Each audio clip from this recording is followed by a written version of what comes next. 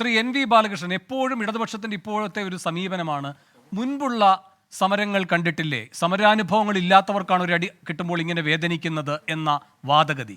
പിന്നെ P ബിജുവിൻ്റെയും P രാജീവിൻ്റെയും എല്ലാം പഴയ ചിത്രങ്ങൾ എടുത്തുകൊണ്ടുവരും. അതിൻ്റെ ഒന്നും ഗൗരവത്തെ, അതിൻ്റെ ഒന്നും പോരാട്ടത്തിൻ്റെ ചരിത്രത്തെ നിരാകരിക്കുകയല്ല.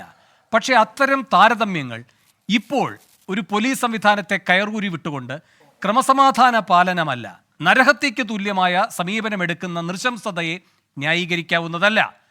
പക്ഷെ ഇവിടെ ആ രൂപത്തിലുള്ള സമീകരണം, അതും വലതുപക്ഷ സർക്കാരുകളുടെ കാലഘട്ടത്തെ ഉദ്ധരിച്ചുകൊണ്ടുള്ള സമീകരണം, എങ്ങനെയാണ് ഹസ്കറെ പോലൊരാൾക്ക് ഒരു വാദഗതിയായി മുന്നോട്ട് വയ്ക്കാൻ കഴിയുന്നത്?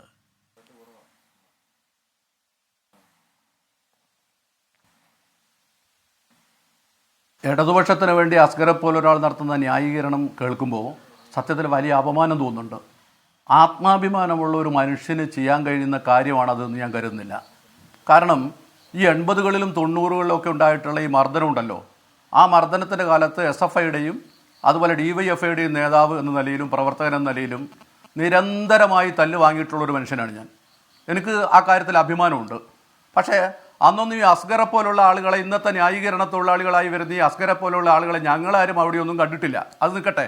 പക്ഷേ എനിക്ക് അസ്കറോട് ചോദിക്കാനുള്ളത്, അങ്ങ് ഈ ഇടതുപക്ഷത്തെയും അതുപോലെ തന്നെ കോൺഗ്രസിനെയും എങ്ങനെയാണ് കണക്കാക്കുന്നത്? നിങ്ങൾ ഈ പറയുന്ന കരിങ്കാലി കരുണാകരൻ എന്നൊക്കെ വിളിച്ചിരുന്ന കരുണാകരൻ അന്ന് നടത്തിയിട്ടുള്ള മർദ്ദനം, ആ മർദ്ദനം ശരിയാണ് എന്ന് സ്ഥാപിക്കാനാണോ അങ്ങ് ഇവിടെ ഇരിക്കുന്നത്? അങ്ങൊന്ന് ആലോചിച്ച് നോക്കൂ. ഇടതുപക്ഷ ജനാധിപത്യ മുന്നണിക്ക് അല്ലെങ്കിൽ കമ്മ്യൂണിസ്റ്റ് പാർട്ടിക്ക് ഈ പോലീസ് മർദ്ദനവുമായി ബന്ധപ്പെട്ട് വളരെ കൃത്യമായ കാഴ്ചപ്പാടുണ്ട്. അങ്ങ് ഒരു പക്ഷേ അതൊന്നും മനസ്സിലാക്കി കാണില്ല. പക്ഷേ ജനകീയ സമരങ്ങളിൽ പോലീസിനെ വിടാതിരിക്കുക, പോലീസിനെ ഉപയോഗിച്ച് അടിച്ചമർത്താതിരിക്കുക എന്നതാണ് കമ്മ്യൂണിസ്റ്റ് പാർട്ടിയുടെ ഈ കാര്യത്തിലുള്ള ഒരു സമീപനം. കഴിയാവുന്നിടത്തോളം പോലീസിനെ അക്രമ പ്രവർത്തനങ്ങൾക്ക് ഉപയോഗിക്കാതിരിക്കുക.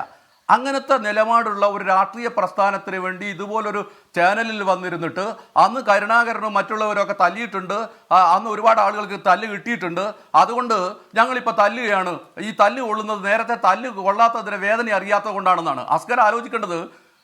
ഈ തല്ലുകൊണ്ടതിൻ്റെ വേദന നന്നായി അനുഭവിച്ചുകൊണ്ടാണ് പറയുന്നത്. ഞാൻ ചോദിക്കുന്ന ഒറ്റ ചോദ്യം, ഈ കരുണാകരനും അതുപോലെ തന്നെ കോൺഗ്രസ്സുകാരും നടത്തിയിട്ടുള്ള കാര്യങ്ങൾ അതേപോലെ നടത്താനാണ് ഇടതുപക്ഷ ജനാധിപത്യ മുന്നണി അല്ലെങ്കിൽ കമ്മ്യൂണിസ്റ്റ് പാർട്ടി എങ്കിൽ എന്തിനാണ് ഇങ്ങനെ ഒരു പാർട്ടി? എന്തിനാണ് അങ്ങനെ ഒരു ഭരണം? കരുണാകരനോ ആരെങ്കിലോ ഭരിക്കട്ടെ, ഏത് വലതുപക്ഷവും ഭരിക്കട്ടെ, വലതുപക്ഷത്തിന്റെ നയങ്ങൾക്ക് ബദലായിട്ടുള്ള നയങ്ങൾ മുന്നോട്ട് വെക്കാനാണ് ഇടതുപക്ഷത്തെ രാഷ്ട്രീയ അധികാരത്തിൽ ജനങ്ങൾ കൊണ്ടുവരുന്നത്. ആ ഇടതുപക്ഷത്തിന്റെ ശ്രീ എൻ വി ബാലകൃഷ്ണൻ, ഈ പിണറായി എപ്പോഴും പറയാറുള്ളത് EMS മന്ത്രിസഭയുടെ തുടർച്ച എന്നല്ലേ? EMS മന്ത്രിസഭയുടെ തുടർച്ച എന്നല്ലേ? വളരെ ഘടനാപരമായ ഒരു വിച്ഛേദം ഭരണരംഗത്തുണ്ടാക്കി EMS. അതിലൊന്ന് പോലീസുമായി ബന്ധപ്പെട്ട സമീപനമായിരുന്നില്ലേ? പോലീസ് സ്റ്റേഷനുകളിൽ വരുന്നവർക്ക് ഇരിക്കാനുള്ള സൗകര്യം, ഏത് തൊഴിൽ തർക്കമടക്കമുള്ള കാര്യങ്ങളായാലും അതിൽ ഭൂവുടമകൾ അടക്കമുള്ളവർ ഇവരെ മർദ്ദിക്കുകയാണ് അല്ലേ? ആ ഘട്ടത്തിൽ അങ്ങനെയല്ലാത്തൊരു സമീപനം അത് നിഷ്കർഷിക്കുന്നു. അങ്ങനെ ഈ പറയുന്ന പോലീസിനെ നവീകരിക്കുക, ജനാധിപത്യവൽക്കരിക്കുക, മാനവീകരിക്കുക, അതിന്റെ 57-ൽ നടത്തിയ ഒരു ഇടപെടലുണ്ട്. എന്നിട്ടാണ് ഇപ്പൊ ഇവര് കരുണാകരന്റെ പോലീസിനെ പറ്റി പറഞ്ഞുകൊണ്ടിരിക്കുന്നത്. മാത്രമല്ല, OV വിജയനൊക്കെ എഴുതിയത് അങ്ങേക്ക് അറിയുന്നതാണല്ലോ ശ്രീ എൻ വി ബാലകൃഷ്ണൻ. ഒരു കുട്ടി വഴിതെറ്റിപ്പോയാൽ ആ കുട്ടിയുടെ വീട് കാണിച്ചു കൊടുക്കുന്നവനാകണം പോലീസ്, അല്ലാതെ കക്കയം ക്യാമ്പിലേക്ക് നയിക്കുന്നവൻ ആയിരിക്കരുത്. അത് ഏത് കാലഘട്ടത്തെ പറ്റിയുള്ള വിമർശനമാണ്? അതെ അതെ അതെ അതെ അതെ പക്ഷെ ഇതൊക്കെ അസ്കറിനെ പോലെ ഒരാളോട് പറഞ്ഞിട്ട് കാര്യമില്ല. കാരണം അത് ഒരു ന്യായീകരണ തൊഴിലാളിയാണ്.